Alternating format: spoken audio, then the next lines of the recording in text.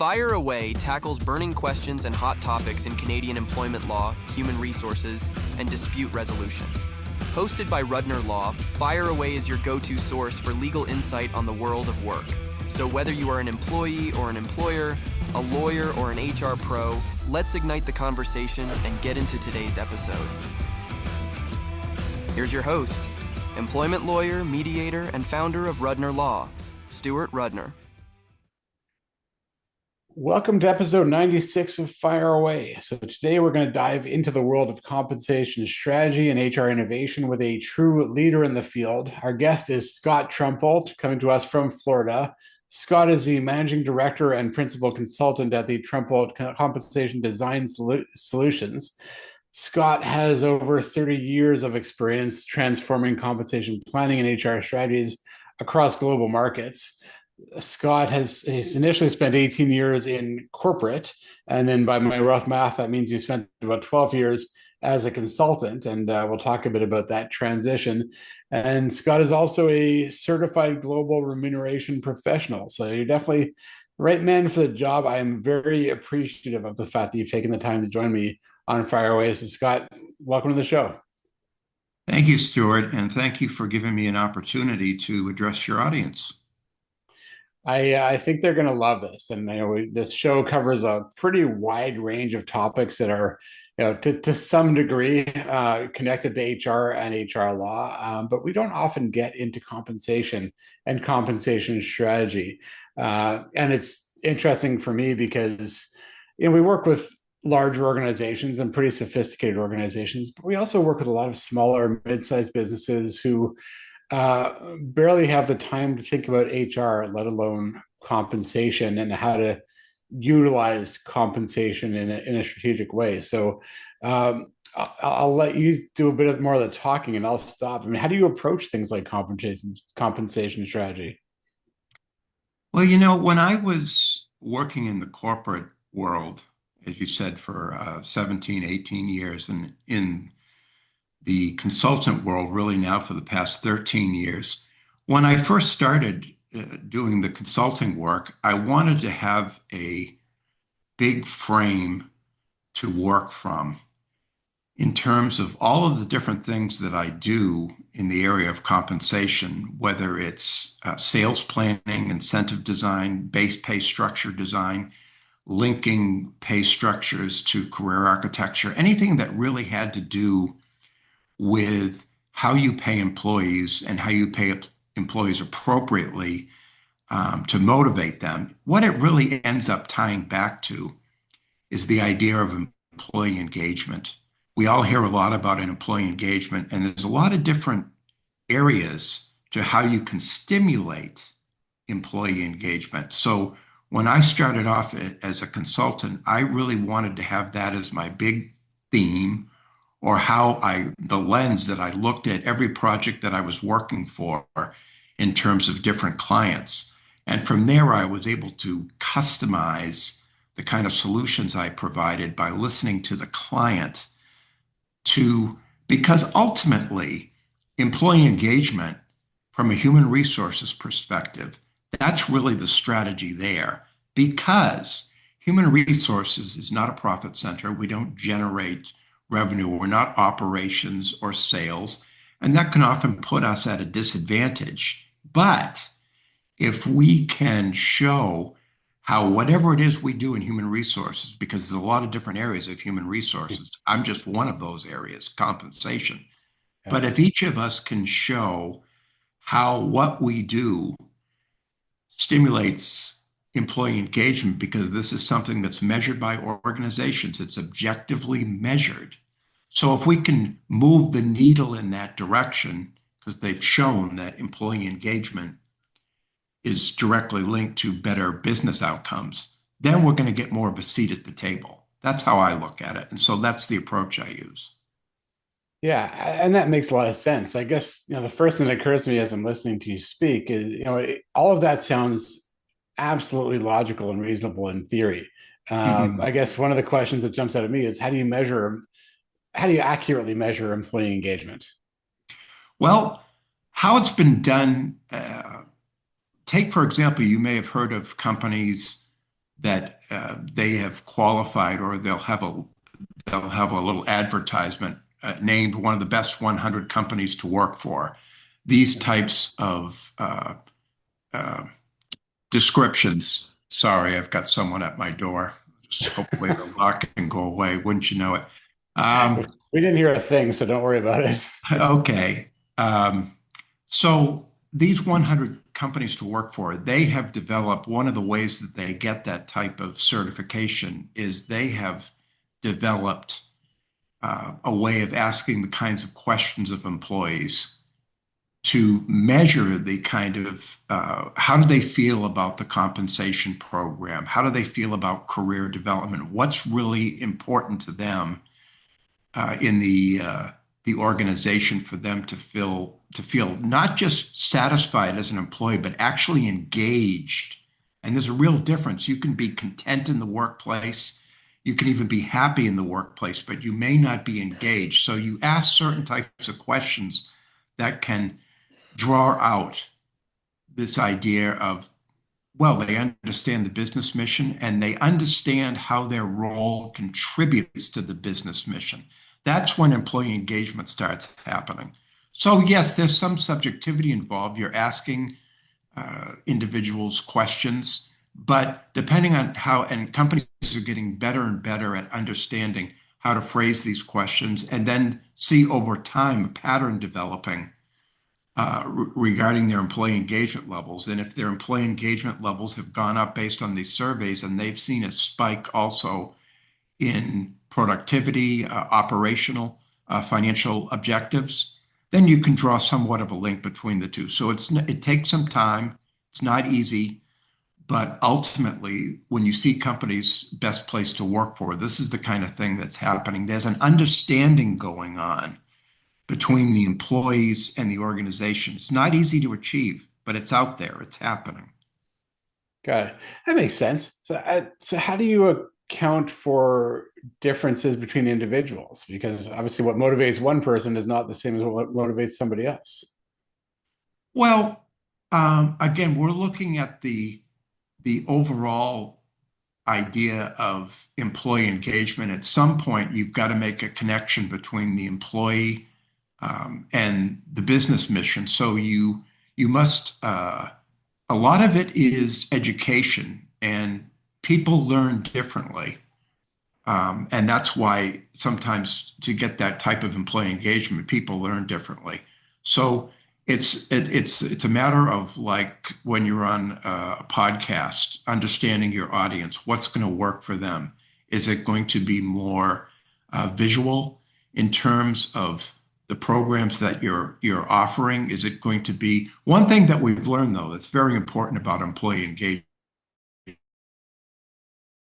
One thing that stands out, because you say everybody's different in terms of Mhm. how they get motivated. But if I can point to one thing in particular that we have found over and over in these studies that has been consistent is the interaction between the immediate manager, not the top level CEO, but the interaction between the immediate manager and the employee. When you can get that going, and no matter what topic you're discussing, like compensation, for example, difficult topic to discuss between an employee and a manager. But Mhm. if Yeah. you, and we can get into a detail about how to approach that, but ultimately, and as generations come up, they have a different mindset about what they're interested in. So for right Right. now, the newest generation is very interested in the concept of greater transparency to pay. And there's a way to do that. But to answer your question, to circle all the way back for this, I would say that the key is fostering that immediate relationship with the manager and their direct employee. That's been proven time and again to be the most important. That's going to be a trigger of employee engagement, no matter how the individual learns. Interesting. That makes a lot of sense. And it's funny, as you were talking, I was thinking about an hour ago, I was in the car listening to a podcast, nothing to do with employment law or law in any way. But the guest was a gentleman named Dick Irvin, who you may not know, but he's a legendary hockey broadcaster. He was broadcaster for the Montreal Canadiens and others for decades. I grew up listening to him. Okay. But anyways, one of the things he ended up talking about, which relates to this conversation, is how when he spoke to some of the legendary coaches in the hockey world, one of them said, there are some players who are motivated by vinegar, and some players who are motivated by sugar. We'd often say carrot or stick, but the same idea. So I guess bringing this back to your conversation, we're talking about compensation, which usually means motivating them with, either the sugar or the carrot, depending on which analogy we're using. But it's a Mm. positive. It's a positive consequence. But do you ever also recommend using more, I'll say negative consequences to try to motivate people or get them more engaged? Um, from a compensation standpoint, uh, no, it's in the delivery of the compensation news, let's say, that's Mm. most important. That's vital. I think one of the mistakes that can be negative that could be made is how you discuss pay in that one-on. See, the reason why the one-on-one is so important because then that individual, no matter what they're like, they're knowing that they're the center of attention but they're not part of there's not an audience looking in on it. It's more intimate. It's that manager and that's employee, but it's the way that we talk about compensation that can become a negative. There's nothing negative inherent about compensation, but let me give you a quick example. Sure. Let's say an individual goes in for their annual merit pay increase, and the manager indicates to them, "Well, you've really done a great year performing this year. Great job, top performer actually, and we're going to give you a 3% increase." And the employee thinks to themselves, 3% increase, that's the average increase. Why aren't I getting more? And the conversation then delves into the manager might say, well, you're already paid at the market value for your job, which is a good thing. But still, that's not engaging and motivational. They may have explained to the employee, well, the reason you only got a 3% increase and not something higher, even though you're a top performer, is you're already paid above the market value for the job. And it stops there. So the Mm. individual takes away from that, well, I did a great performance, but I only got an average increase like everybody else. What's missing from this? The manager needs to take the next step and say, the reason why uh, you've got this average merit increase is yes, as you're paid above market, but you know what? That's an indicator to us that you're ready for the next step in your career. Now, how are we going to grow you? Because what employees are ultimately interested in, the reason why younger employees are, I believe, are leaving companies so quickly is because they can see an opportunity to make more at the next company rather than within their own. So we've got to link career development even within the same job that they're doing. Okay, they're a senior level accountant right now. How do we get them to become an expert or a specialist level accountant within our company? And then there's greater compensation. So you're changing the dynamic of the conversation from a dead end, you're paid at market or you're paid above market, to the Hmm. piece that's missing. And that's an indicator to us as a company that you're ready to make the next move because you are a top performer in this current job. Well, we need to reset your goals and grow you within this organization. That's the piece that I believe is missing.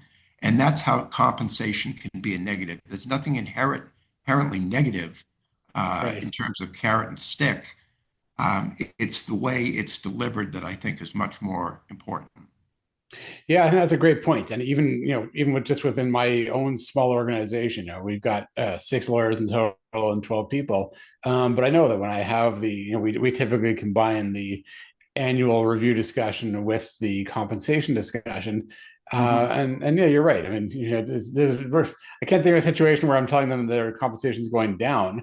But I definitely use the opportunity to explain, how the compensation reflects the performance. And so some good, and I try to keep it positive, but there's some negative as well, even if it's less positive. I'll put it that way. Uh, I'm curious as to, and I know we could spend the full half hour talking about compensation. I know there's other stuff to cover, but what's your view on the use of variable compensation? Like I'm sure it depends on a whole bunch of things, including the industry. But is that something you typically use in order to provide that motivation? Yes, it's critically important. Oftentimes, companies will look at jobs from the base pay perspective because, hey, this is going to be our fixed cost. We can budget for it. So, what I try and always go into, because I work with a lot of clients on this area, I say, don't think of it. We need to think of it in terms of the total cash compensation opportunity. Because if you're concerned that much about the base pay, it may be that you're overpaying in the base area to compensate for the fact that you're paying too small of a bonus in the market. So the first thing I always do is say, we need to look at it from a total cash perspective. And different jobs have a different portion of their total cash opportunity. So, for example, a sales individual may Right. have a Yeah. lower base pay, but they're going to have a higher variable pay. And then you get into all these different sequences like how much does this job have over the ability to close a sale? What is the frequency necessary? How long does it take to close a sale? And all these things. So the idea of variable pay, even more so than before, is crucial. So I look at it through the lens from a total cash compensation perspective. I Right. always start with saying that hey, look, by the way, when I do a market analysis for a client and they want to know what the job pays, what I will literally do is okay, here's the base pay. But here's how much of that job from a total cash compensation should be devoted to base and how much should be devoted to fixed. And then Right. I get it that and so some surprises happen during that type of conversation, and they may realize uh, that they may be overpaying in the fixed area because they're making up for the fact that the recruiters are telling them, hey, we can't get this guy because we're offering a 5% bonus and everybody else is offering 15%. So there can be some real disconnects. So, in addition to looking at things from an employee engagement perspective, in terms of my pure comp approach, it's very much total cash based. Right. Yeah, which I think makes a lot of sense. But again, it's interesting, and this is all trying to find ways to attract the top talent. And again, just using my small firm as an example, especially I'll look back at when I was starting my firm, and I was obviously hesitant to commit to large salaries, so I tried to structure our lawyers' comp, largely, with relatively lower base salaries but more variable pay. Hmm. But then a lot of people will look at that and say, well, no, they're offering me, 40% more guaranteed pay as they see it. So I'll go over there. And yeah, but again, it often comes down to what you said before about the message. Because if the message is, yes, your base may be lower, but you have the opportunity to earn a lot more, that should, for the right people, and I'd say probably for the people that you want, that should Yeah. motivate them and keep them engaged. Yeah, because I worked in a startup for 3.5 years. Seems like many moons ago now. And we were giving actual phantom stock options right from the very beginning. The bases were actually fairly high, but we were recruiting for a very specific technical talent. But the reality is that we were trying to lay out a future for individuals to retain them because as a startup, we needed to continually hit certain goals. And we needed to hit those goals within the first few years because we were funded by private investment. By having a bonus plan that was linked to these specific goals helped us to achieve those goals. So, what I'm saying is, and you hinted at this when you talked about your own firm, it very much depends upon your own firm, where you are in your development as a company. What is your philosophy? These things need to be thought about and understand. And I help companies do that because I ask them those questions. I say, I can give you what this job pays in the market, but not every company pays market competitive base pay. Not Right. every market company, they might be a very well established company and they're not trying to hit certain key growth measurements their ability to grow further, they're more stable organizations. So yes, the emphasis is going to be more on fixed pay, but it really depends upon the organization. So before I do anything, I have to understand the culture and I have to understand the company because I can't just throw them a bunch of data. I have to tell a story behind the data and it's got to fit Right. their organization. Yeah, makes sense. So let's talk a bit about pay transparency, because Ooh, I know from our brief discussion earlier, and also some of the interviews that I've seen that you've done, I found online that you've got some pretty strong views when it comes to pay transparency. yeah. And as I mentioned to you, Ontario, like a lot of jurisdictions, is starting to legislate some degree of transparency. I mean, in Ontario's case, it's in the hiring process where there's now a requirement that you post the range, but the range is fairly broad and it also doesn't apply once you get beyond a certain level of Yeah. pay. So it's limited. But I wanted to dig in a bit deeper as to what your views are on pay transparency and what it should be. Well, there's two things about it. One, and I do have strong feelings about it. One is the actual application of what they're trying to do. And as you say, like in the United States, but this is happening globally, Canada, the United States, but also in other countries as well, because I work globally with other countries as well. But on the negative side, and you hinted at this, Stuart, a little bit, they're just simply the mandate is you need to post these broad ranges of pay. And it's kind of a dead end. It actually, by just doing that, pay range is supposed to be a living thing. And I understand that they have to start somewhere. And that's kind of the second part of the puzzle, which is a good thing. But in the negative side, what's happening is that it invites more questions than it does answers because an employee will immediately look at the highest point in the range, wonder why they're not going to get paid that when there's rationales for that. But again, all they are seeing is the pay range. So I view it as a dead end that's not, it's very static and it doesn't make the connection that needs to be made, especially with younger people who are looking for career development opportunity. The good thing about this is, though, however, that I think that making this initial legislative attempt to force companies into providing this kind of visibility is going to require those types of companies to even more so as an impetus to get their own house in order so Yeah. that they can have the kind of conversations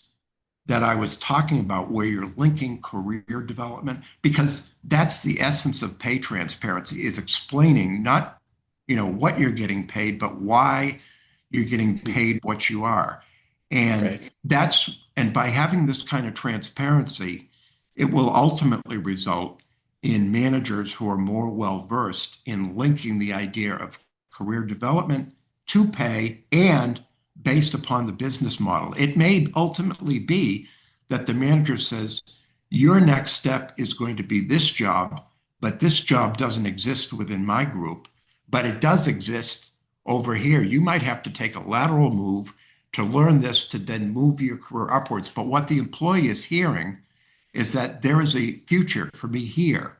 There is a Right. possibility of development. So that's the good part of it. I think it can act as a trigger for more scrutiny.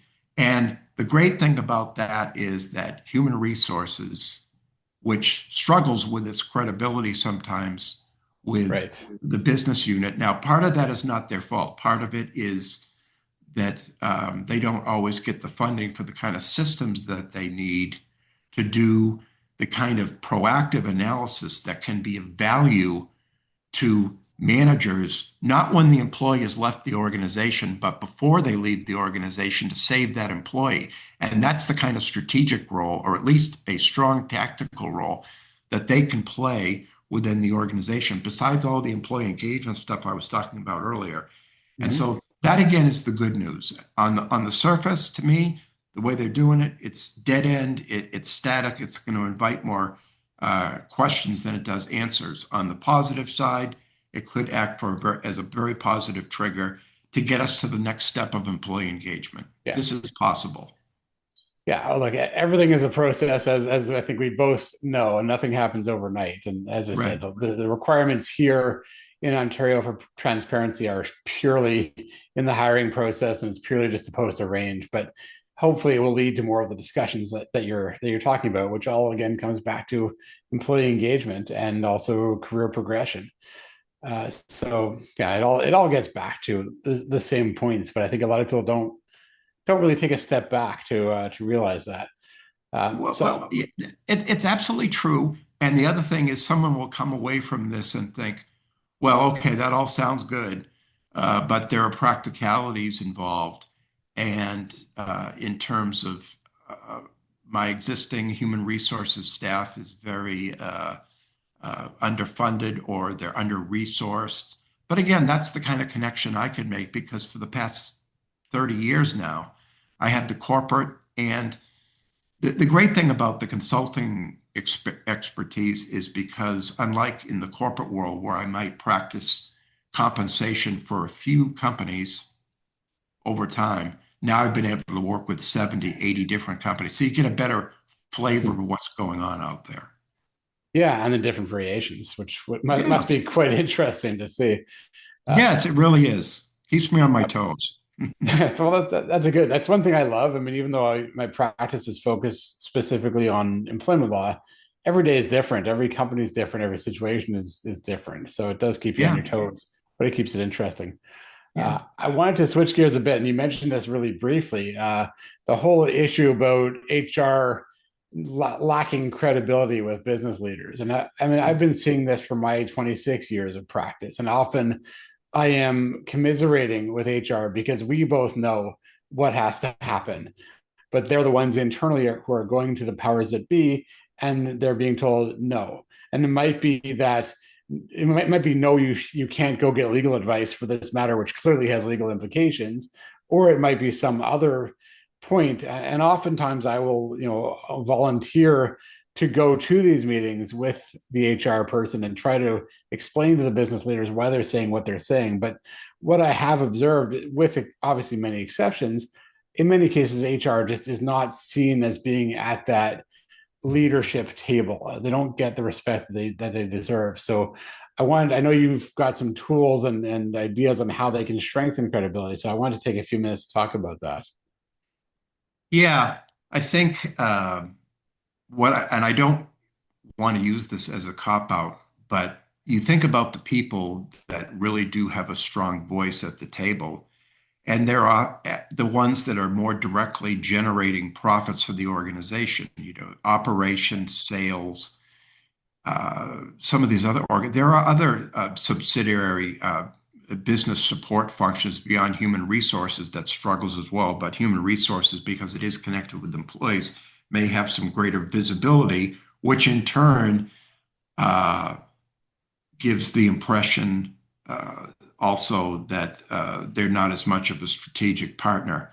The wonderful thing that I see happening again is the emergence of employee engagement, which I see more and more as businesses are tapping into this idea. They're really, I see it in my clients. They're really trying to figure this piece out, especially with the newer generations coming up. And if that's the case, they can't ignore human resources. Human resources can play a vital role in the area by creating doing projects and creating services that speak ultimately to this idea of improving employee engagement. As I said, in my own line of work, it's not just building a pay structure that an employee probably will never see. It's linking that to career development and getting the manager involved to a point where they're comfortable discussing career development, not only within their own business unit, but somewhere else in the company. These are the kind of things that can change the dynamic. I think that's one of the missing ingredients for the credibility issue. Besides resources and the amount of money they have in their budgets to be more proactive to groups, what I think has been missing is a way to tie what human resources does to the bottom line. And Right. although it can be a little gray at times, the more sophisticated that these employee engagement surveys get, and the more we can tie it to, hey, we got this score on employee engagement, and this was our improvement in our earnings or in Yeah. operational efficiencies. And it's got to touch everyone if it's going to become part of the culture. That's another whole piece to look at is you've got to have moments throughout the year where you link this idea of compensation to employee engagement and being able to change that dynamic. That's when it becomes a culture.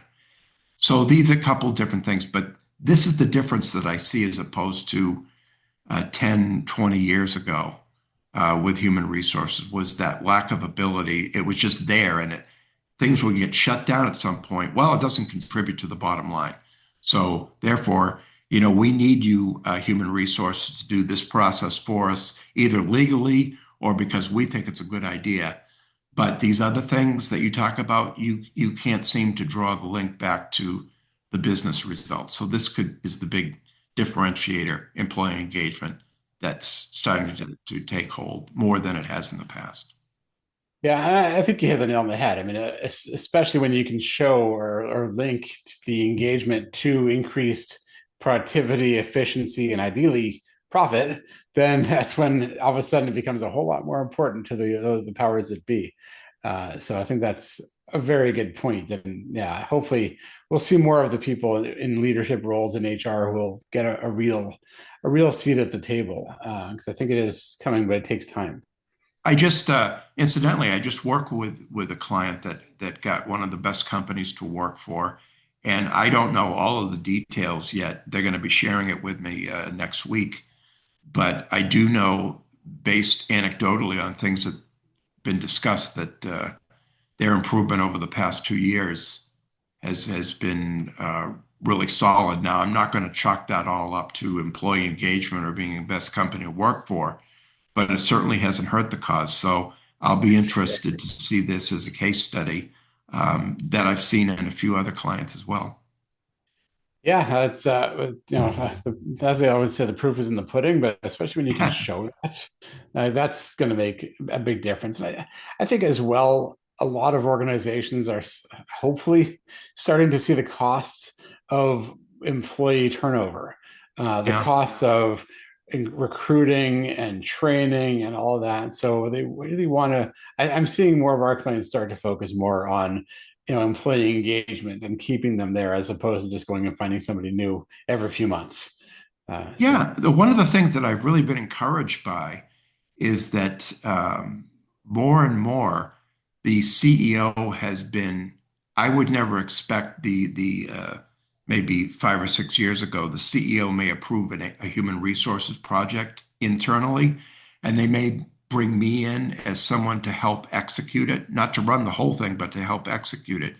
But I see more and more that I'm meeting with CEOs or at least a C-level executive and not just the head of human resources. So that's very encouraging to me.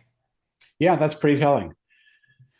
So as I say, every time we record an episode, it goes by way quicker than you think it will. But last but not least, you've written a book. Yes, I have. It's not out yet. I'm hoping that will be the case by early November, so not too far ahead. Yeah, and it And should be out, I guess, by the time this episode actually airs, since we are recording them so far in advance. So hopefully, by the time absolutely. people are seeing this, they'll be able to pick up a copy. The title is the Defragmented Consultant. Yes, yes. But yeah, why don't you take a couple of minutes and tell people what to expect if they do pick up a copy? Well, obviously, when you become a consultant, you're relying on your past knowledge and experiences. But I think when a lot of people become consultants, they just take that as a matter of fact. Where I look at it from the aspect that your past experiences require a certain type of awareness. So I get into the different challenges, all the different challenges, business and personal, that come up with being an independent consultant, which is a great life as far as I'm concerned. So it's not negative. It's just that these things occur.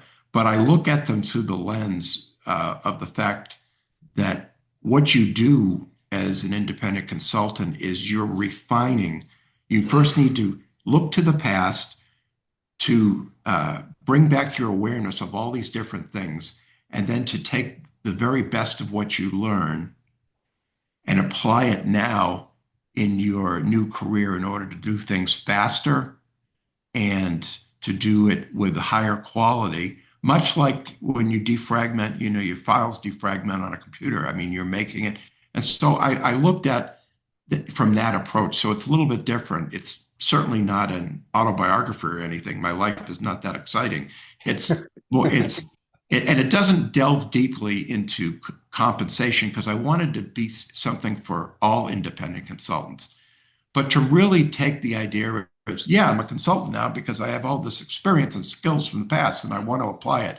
But it takes a deeper look into all of these things and how refining your past experiences for your new role as an independent consultant, which requires different skill sets, comes together.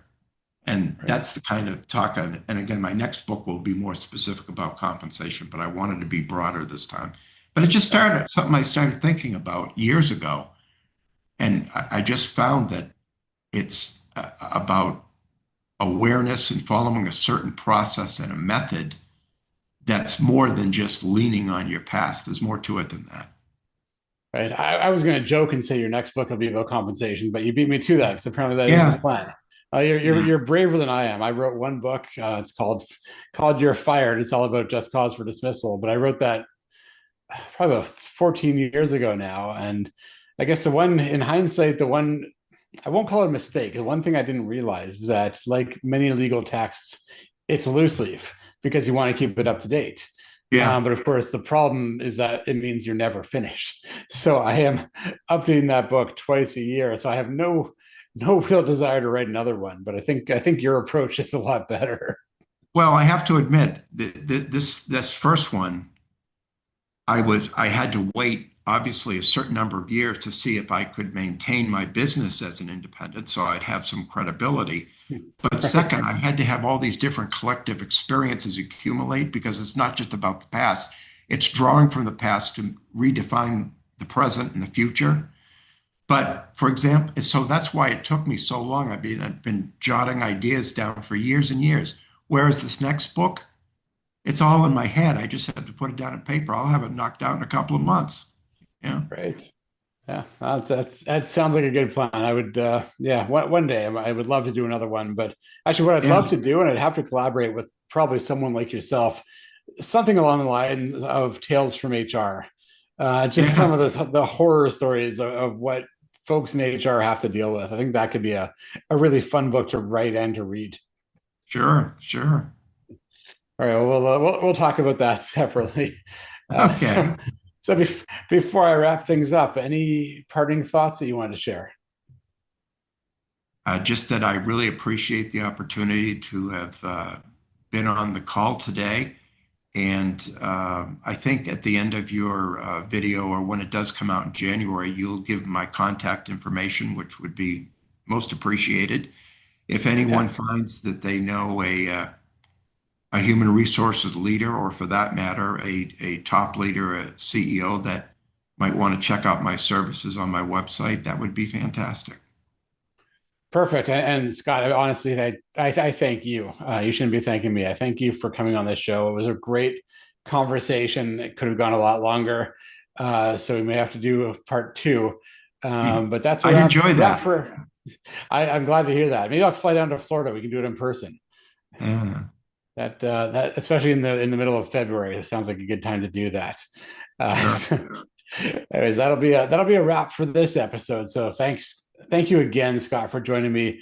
And as Scott mentioned, all of his contact information, website, and information about his book, The Defragmented Consultant, will be in the show notes and available for everyone. Thanks as always to our production team for helping put the show together. And most importantly, thank you for watching and or listening. Please subscribe and like our podcast and our YouTube channel to get information on upcoming shows. Check out the rest of Rudner Law's social media to keep up to date on HR law and subscribe to our newsletter. And as always, to quote my favorite hockey broadcaster, the pleasure was all ours. At Rudner Law, we want people to treat their employment relationships as legal relationships and make informed decisions rather than assumptions. Keep up to date on Canadian employment law issues by following us on Twitter, Instagram, LinkedIn, and TikTok, liking our Facebook page, subscribing to our YouTube channel, and signing up for our newsletter. Past episodes can be found on YouTube, on our website, and archived on Facebook. And if you like our page or subscribe to our channel, you will receive notifications when the episodes are live. As we always say, none of that replaces legal advice tailored to your specific circumstances. If you think you might need an employment lawyer, you probably do. So please don't hesitate to reach out to us.